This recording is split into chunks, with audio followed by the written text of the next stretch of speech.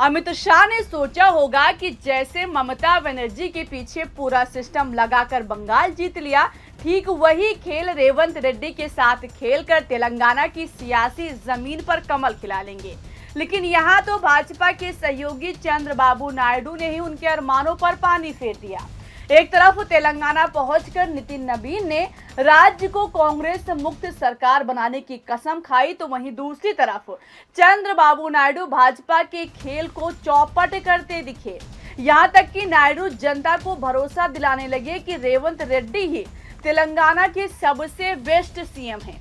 इधर जैसे ही नायडू का साथ मिला, रेवंत रेड्डी ने भाजपा आलाकमान को धमकी दे दी कि ममता बनर्जी वाली चाल यहां नहीं चलेगी, अगर हमें छेड़ोगे तो हम कुचल कर रख देंगे। तो रेवंत रेड्डी ने न सिर्फ नितिन नबीन बल्कि अमित शाह को कैसे धमकी दी जिससे भाजपा वाले बौखला उठे हैं, पहले इसकी बात करते हैं। फिर आखिर क्यों चंद्रबाबू नायडू अचानक रेड्डी के साथ खड़े हो गए हैं और भाजपा के पसीने छुड़ाने लगे, आपको बयान के साथ सुनवाएंगे। नमस्कार, मैं हूँ शिवानी पांडे और आप देख रहे हैं 4 PM। दोस्तों, आपने देखा था कि देश के प्रधानमंत्री नरेंद्र मोदी लोकतंत्र को तार तार करते हुए कैसे कांग्रेस मुख्यमंत्री रेवंत रेड्डी को खुले मंच से साथ आने का ऑफर दे रहे थे। जनता के जनादेश की सरेआम धज्जियां उड़ाते हुए मोदी ने कैसे ऑफर दिया था कि अगर गुजरात जैसी योजनाएं तेलंगाना को चाहिए तो राहुल गांधी के साथ धोखा करके हमारे साथ आ जाओ।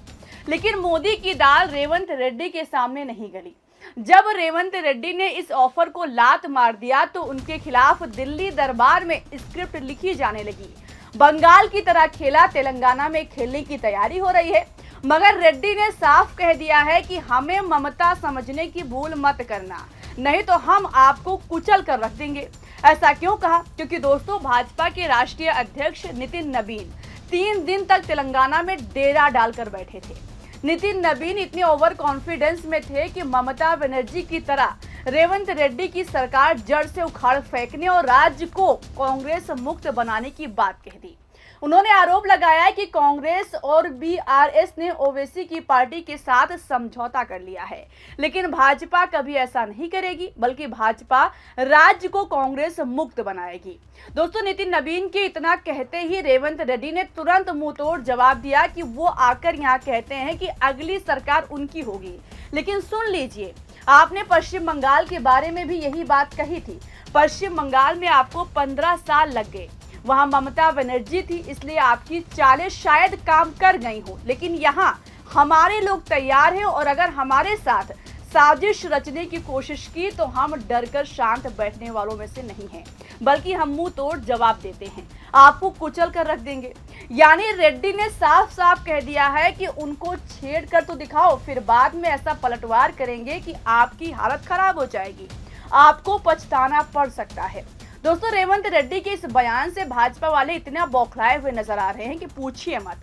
शहजाद पूनावाला से लेकर संबित पात्रा जैसे भाजपा के तमाम धुरंधरों को इतनी मिर्ची लग गई है कि सरेआम धमकी दे रहे हैं कि उनको इस बयान की कीमत चुकानी पड़ेगी। यानी ये लोग खुद चाहे कुछ भी कह दे, इनके लिए 7 खून माफ है, लेकिन अगर पलटवार में जवाब मिले तो झुल्ला उठते हैं। मगर दोस्तों, यही लोग अपने सहयोगी चंद्रबाबू नायडू को संभाल नहीं पा रहे हैं। चंद्रबाबू नायडू ने तो भाजपा के खिलाफ जाकर बड़ा बयान दे दिया है। जी हां दोस्तों, एक तरफ इधर भाजपा तेलंगाना में कांग्रेस से सत्ता छीनने के लिए अभी से हाथ पैर पटकने लगी है, तो वहीं दूसरी तरफ रेवंत रेड्डी के साथ खुलकर नायडू खड़े हो गए हैं। भाजपा के अरमानों पर पलीता लगाते हुए रेड्डी की तारीफों में लंबे चौड़े कसीदे तक गढ़े हैं। आप खुद इस तस्वीर को देखिए। एक ही मंच पर भाजपा के सहयोगी नायडू और भाजपा के 2 सबसे बड़े दुश्मन कर्नाटक के सीएम डीके शिवकुमार और तमिलनाडु के सीएम रेवंत रेड्डी मौजूद हैं। डीके शिवकुमार वो मुख्यमंत्री हैं जिन्होंने जैसे ही सीएम की कुर्सी संभाली, यानी कि कमान संभाली, कर्नाटक में भाजपा के साथ खेला हो गया। भाजपा के विधायकों ने अपनी पार्टी के खिलाफ जाकर विधान परिषद के चुनाव में क्रॉस वोटिंग कर दी थी, जिसके बाद भाजपा आलाकमान की जमकर फजीहत हो रही थी कि दूसरों की पार्टियों में सेंध लगाने वाली भाजपा की पार्टी में उल्टा खेला हो गया। उसी डीके शिवकुमार के हाथों में हाथ डालकर नायडू ने फोटो खिंचवाई और बड़े मंच से तो भाजपा के साथ डबल खेला भी कर दिया। Shivkumar is very effective and dynamic very positive. I appreciate him. Revanth Reddy garu also is very dynamic, but he won't compromise Telangana rights. I am also impressed about it, but we have to protect our interest. Finally, we have to work together for building this great nation.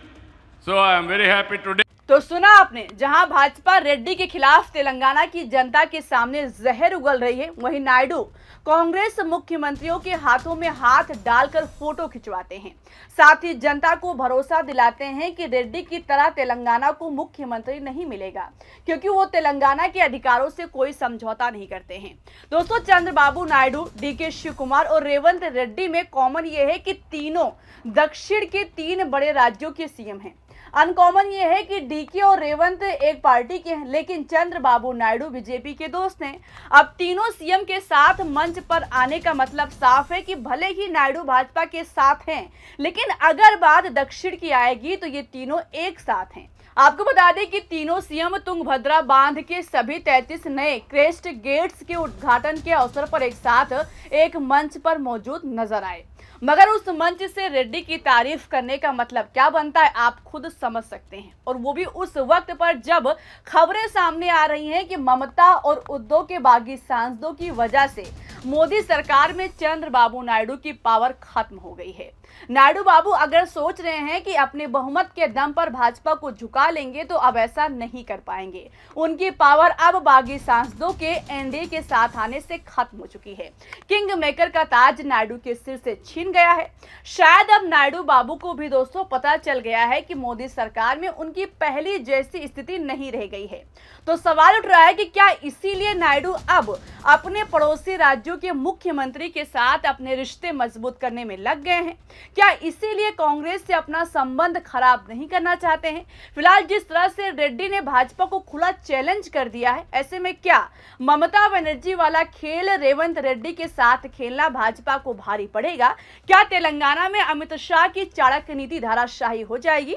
इस सवाल के जवाब पर दोस्तों आपको क्या लगता है, अपनी राय बताइएगा। वीडियो को लाइक और शेयर कीजिएगा, ज्वाइन कीजिएगा। देखते रहिए 4 PM। नमस्कार।